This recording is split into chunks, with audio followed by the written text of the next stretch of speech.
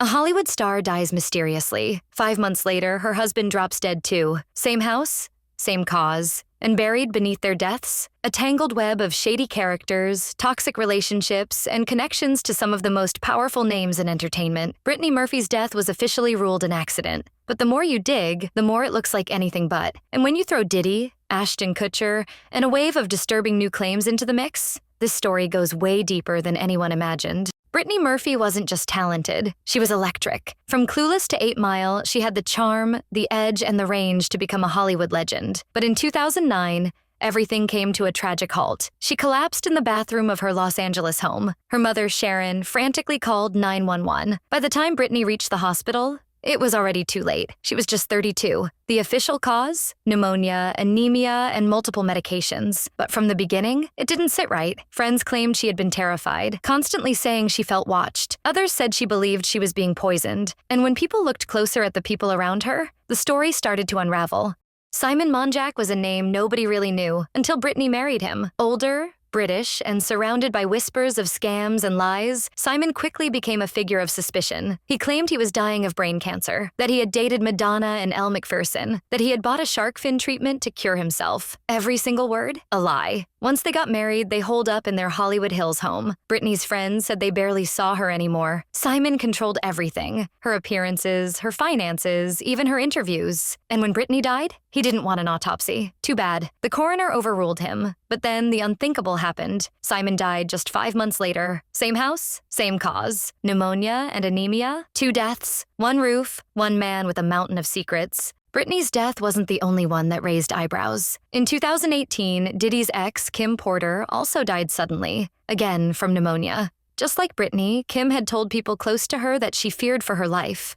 And just like Brittany, she was reportedly about to expose explosive information.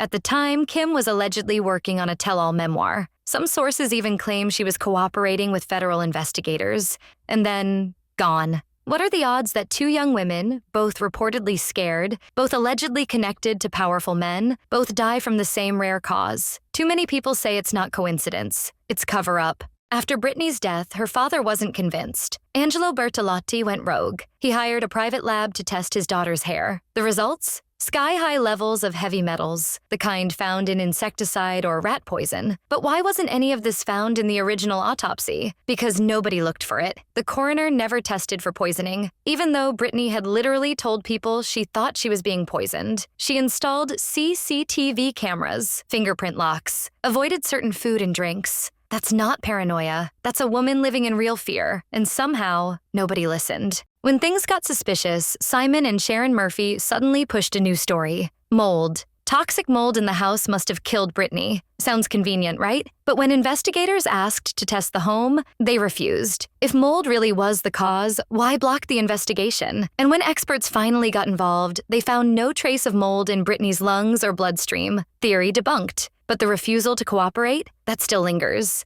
At first glance, Sharon Murphy was just a heartbroken mother. She was the one who made the 911 call, the one who said goodbye to her daughter at the hospital, the one who stood by Brittany during her rise and fall. But the more you look, the more questions start piling up. Because Sharon wasn't just Brittany's mother. She was also living in the same house, right there, under the same roof, when both Brittany and Simon died. And she didn't just live there. She backed up Simon's every word. She defended him in interviews, supported his bizarre explanations about herbal medicine and cough syrup. She insisted Brittany never did drugs, never drank, never had any history of substance abuse. But the coroner's report told a different story, one of multiple substances, severe anemia, and an immune system that had been slowly collapsing. Why would Sharon deny that? Was she trying to protect Brittany's image? Or protect someone else? Then came the mold theory. It popped up suddenly, conveniently, right after rumors about poisoning started gaining traction. Sharon and Simon pushed it hard. Toxic mold, they said, must have been the killer. But when investigators asked to test the house, both of them said no. If they really believed mold was the culprit, why block an investigation that could have proven it? And why, after Simon died, did Sharon just drop the mold story entirely? No follow-up, no press conference, no push for deeper answers. She sold the house, moved on, and never looked back. And then there were the whispers. Rumors started spreading that Sharon and Simon had grown disturbingly close after Brittany's death. Some said they were always in the house together. Others claimed their behavior seemed too intimate.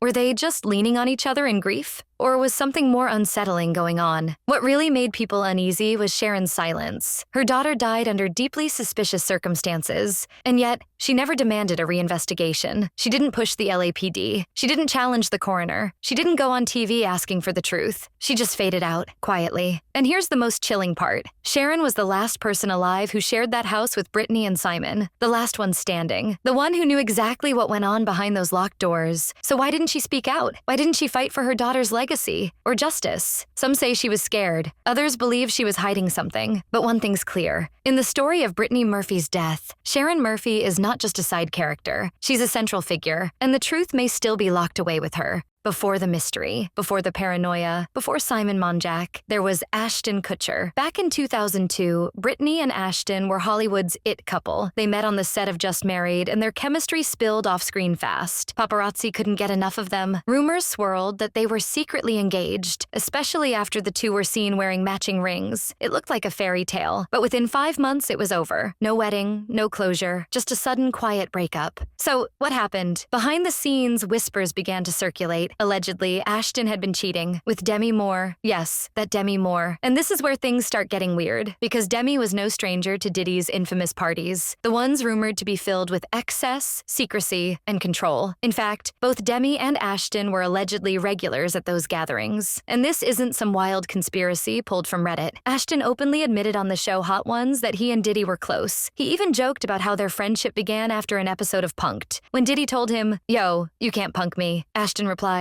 "Everyone's on the table." From there, they started hanging out, regularly, behind closed doors. Now that Diddy is facing serious charges, including trafficking and racketeering, people are starting to comb through every name that was once close to him. And Ashton's is one that keeps coming up. Here's where Brittany comes back into the picture. Some say that in the months before her death, Brittany had been looking into something big. She had contacts in the industry. She knew where the bodies were buried. And according to anonymous sources, she may have stumbled across disturbing information, possibly about what really happened at those Diddy-hosted parties. Allegedly, it involved both Ashton and Diddy. Some say there were tapes, others say it was a journal. But whatever it was explosive, and Brittany may have been planning to expose it. Is that why Ashton's relationship with her ended so abruptly? Was it really about another woman? Or was Brittany getting too close to something that made people uncomfortable? Because the timeline doesn't lie. Ashton went public with Demi Moore almost immediately after breaking up with Brittany. And once Brittany passed away, Ashton kept his distance. He didn't attend her funeral, didn't release any heartfelt public statement, didn't speak her name for years. Was it guilt? Was it shame? Or was it fear? Fast forward to today, and with federal investigators reportedly digging deeper into Diddy's past, some believe Ashton could be called in for questioning, not necessarily as a suspect, but as a witness, a close friend, a party insider, someone who might know too much. And if Brittany really did uncover something